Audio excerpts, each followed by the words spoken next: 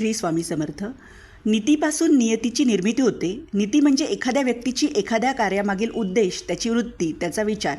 कौरव व पांडव शंतनू महाराजांचे वंशज होते. धृतराष्ट्राचे पुत्र कौरव नेहमीच खलवृत्तीने वागत होते. त्यांचे कर्म नेहमीच कपट कारस्थानांचे असायचे. कुणाला धोका देणे, फसवणे, खोटे बोलणे, खोटे वागणे आणि मोठा अहंकार जोपासणे असे त्यांचे जीवन होते. त्यांच्या जीवनाचा उद्देशच हा होता की स्वतःला सिंहासनावर विराजमान करणे, दुसऱ्यांना त्रास देणे, भंडावून सोडणे हे अत्यंत अधर्माचे कर्म ते करत होते. पापाचरण करणे हीच त्यांची नीती होती. कौरवांच्या अनादी उलट पांडुपुत्र पांडव होते. ते सदैव सत्य बोलत, सत्यानुसार वागत, सदाचरण करत. ते न्यायप्रिय होते.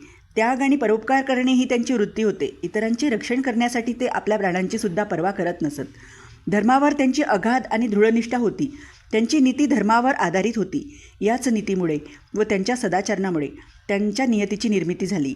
महाभारत युद्धात प्रत्यक्ष भगवान श्रीकृष्ण त्यांच्यासोबत होते. कौरवांच्या साक्षीला प्रचंड पराक्रमी भीष्म, द्रोण, महारथी सज्ज होते. तथापि इतके सर्व महारथीसुद्धा दृष्ट दुर्योधनाला विनाशाच्या नियतीपासून बाहेर काढू शकले नाहीत.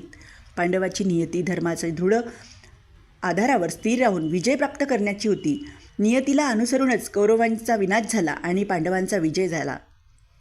विजयाची पताका फडकवण्याची उत्तम संधी त्यांना प्राप्त झाली. नियती कर्माचा परिणाम असते. आपल्या वृत्तीनुसार, उद्देशानुसार नियती बनत असते. आपण जसा विचार करतो, जशी कर्म करतो, तशीच आपली नीती बनते. सतत सत्कर्म करीत राहणे, सदाचरण करणे आणि सद्भाव बाळगणे यामुळे आपली नियती श्रेष्ठत्वाने परिपूर्ण होत असते.